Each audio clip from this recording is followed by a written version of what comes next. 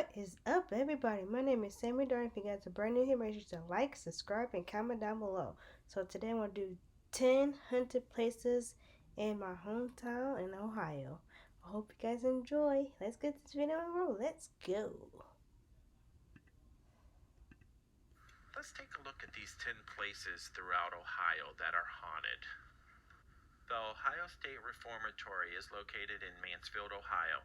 Even though it no longer operates as a prison, the Ohio State Reformatory still manages to attract attention. Over the years, the Ohio State Reformatory has seen its share of violence. The harshest of the violence were often associated with the area of the prison known as the Hole. There are stories of prisoners attempting or succeeding in hanging themselves. One prisoner even set himself on fire while in solitary confinement. It is no wonder that the area known as the Hole is haunted. Over the years, footsteps and muffled voices have been heard even though there is no one else in the area. There are several spots throughout the prison that visitors have experienced unusual activities such as touches, cold spots, heard whispering, and images on cameras. The Wickerham Inn is located in Adams County. The Wickerham Inn was built in the late 1790 by a Revolutionary War veteran, Peter Wickerham. Wickerham wanted to capitalize on the increase of travelers in the area due to the Zane Trace Road.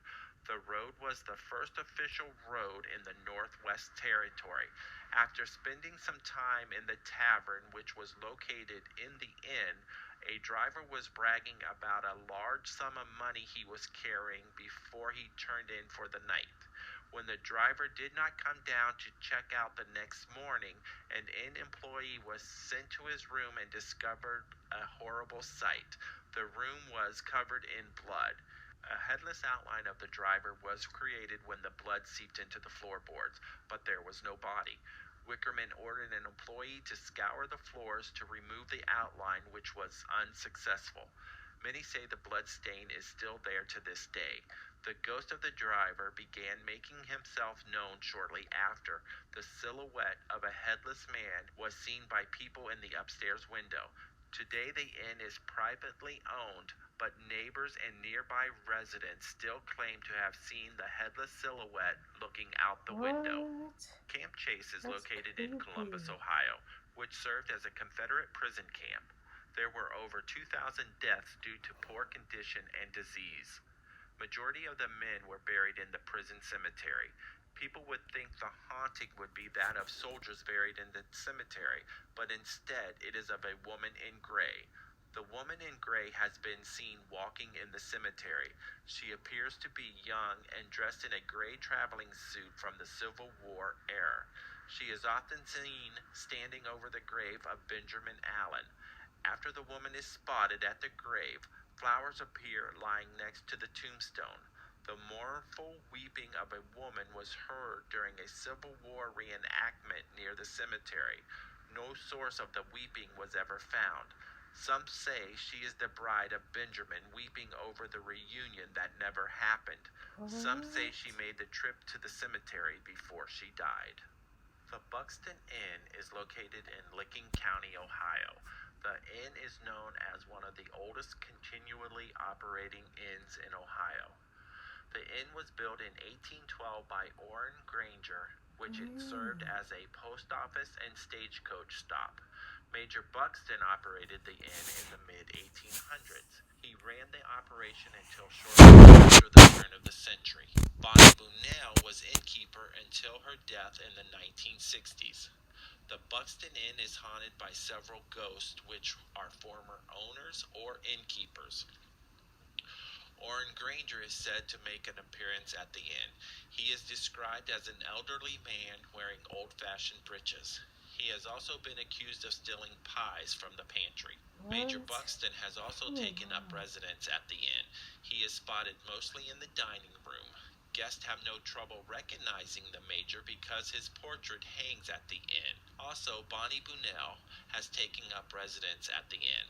Her spirit is referred to as the Lady in Blue.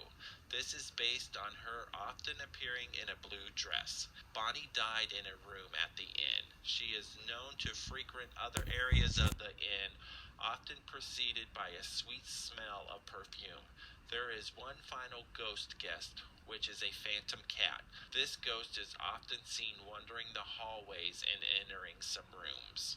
Beaver Creek State Park is located in Columbiana County, Ohio.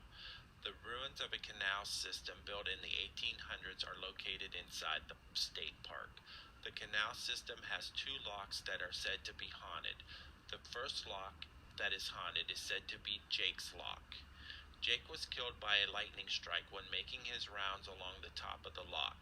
It is said that Jake returns especially on stormy nights with his ghostly lantern to continue his evening's work. The second lock that is haunted is said to be Gretchen's Lock. Gretchen came to Ohio with her father, who was an engineer who worked on this lock. Shortly after arriving in Ohio, Gretchen contracted malaria. She had her father promise if she died, he would return her body to be buried alongside her mother. After Gretchen's death, her father had her coffin loaded onto a ship bound for her homeland, but the ship was lost at sea.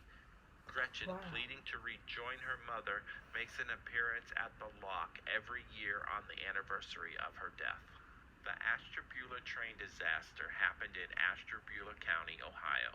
In December of 1876, a trestle collapsed when the Pacific Express was crossing, dumping the train in the icy waters below.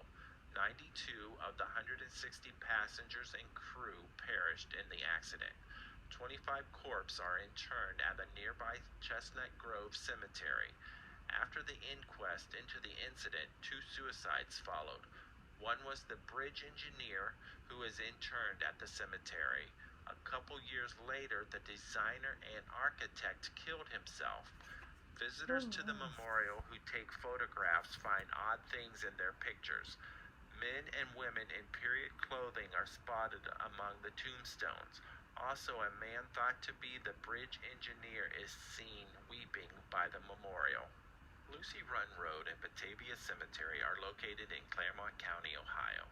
Lucy's parents ended up settling in Claremont County on their journey west because of the good in the fields. Lucy's father built their cabin along a sizable creek. Lucy became engaged at the proper age, which was no surprise with her being especially attractive and promising. Then disaster struck. Lucy's fiancé rode to the cabin in a thunderstorm to tell her the bad news. The news was that he met someone else and was in love with the other woman and that the engagement was off. After he rode away, Lucy then mounted her horse and rode after him in the thunderstorm.